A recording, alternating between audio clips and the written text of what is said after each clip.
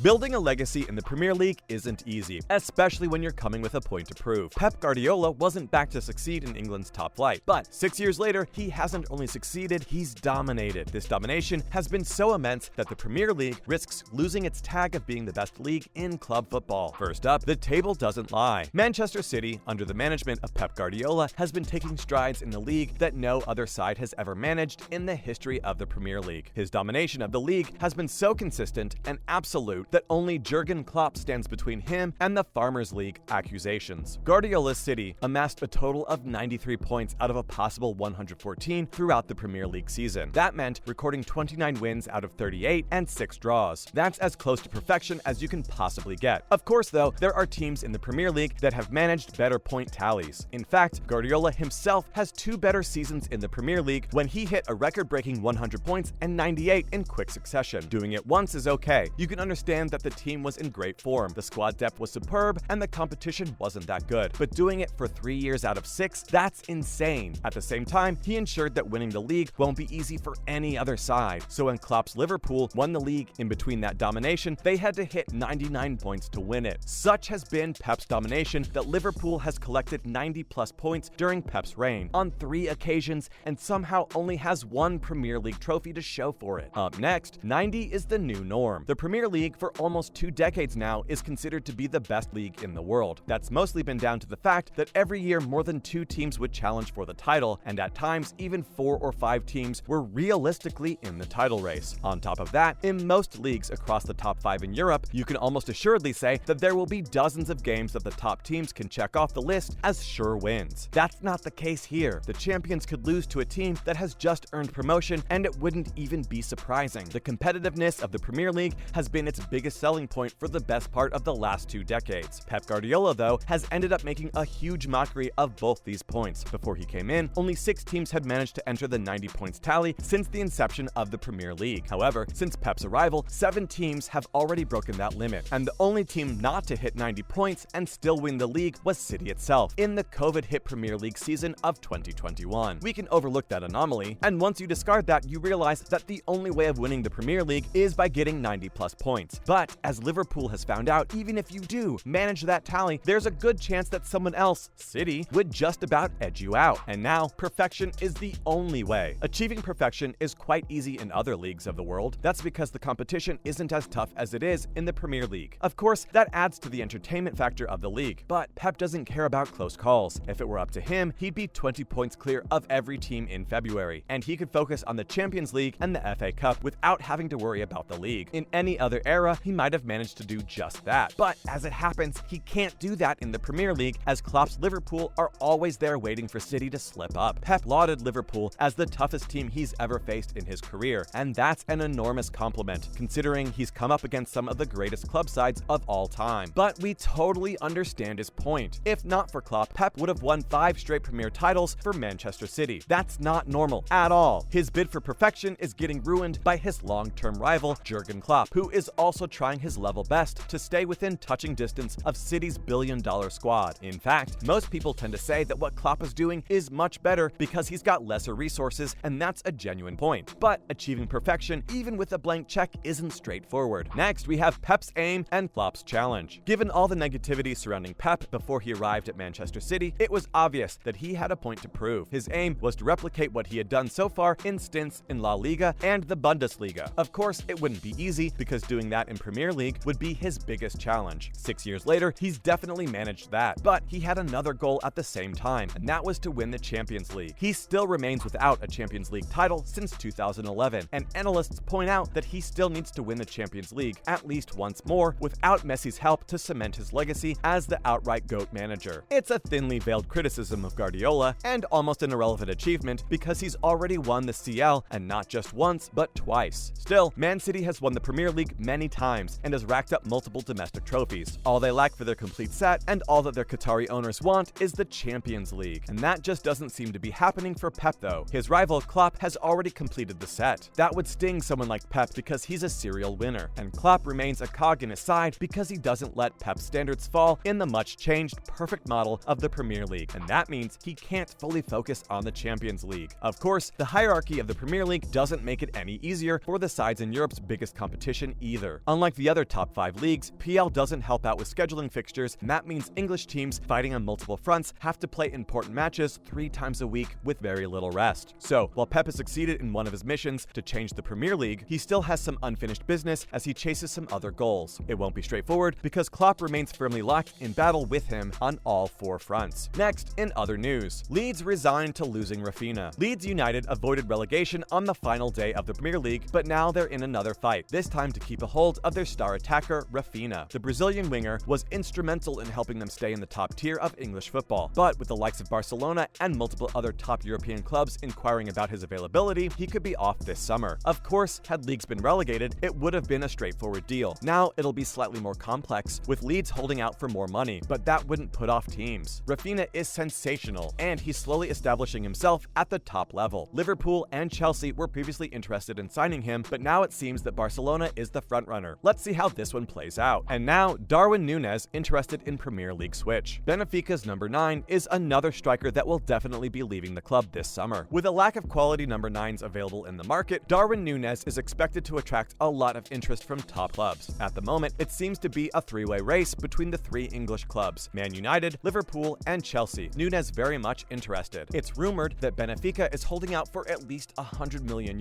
for their Uruguayan striker, with Inter asking about the possibility of signing Romelu Lukaku. Núñez could be the perfect replacement. Erik ten Hag has also expressed his desire of wanting the young striker, and Liverpool could also join the race after Sadio Mane was confirmed to be departing the club this summer. Finally, Spurs confirm Ivan Perisic signing. Tottenham Hotspur confirmed their first signing of the summer, with Ivan Perisic joining the club from Inter Milan after his contract was set to expire. He will reportedly be earning over $220,000 per week. The former Inter player refused to sign a new contract with the Italian club. A superb signing for Spurs, and it shows the impact Antonio Conte's had on the club already. Every manager has some set of players that they like to take to different clubs, and Perisic seemed to be a high priority signing for Conte. It will be one of many signings ahead of a big summer for Spurs as they try to build their top 4 finish by strengthening the squad. And that's a wrap for this video. Do you think Thomas Tuchel or Antonio Conte can break Pep's domination? Let us know in the comments below, and make sure to give this video a thumbs up and subscribe to our channel for more videos just like this. We'll see you in the next one.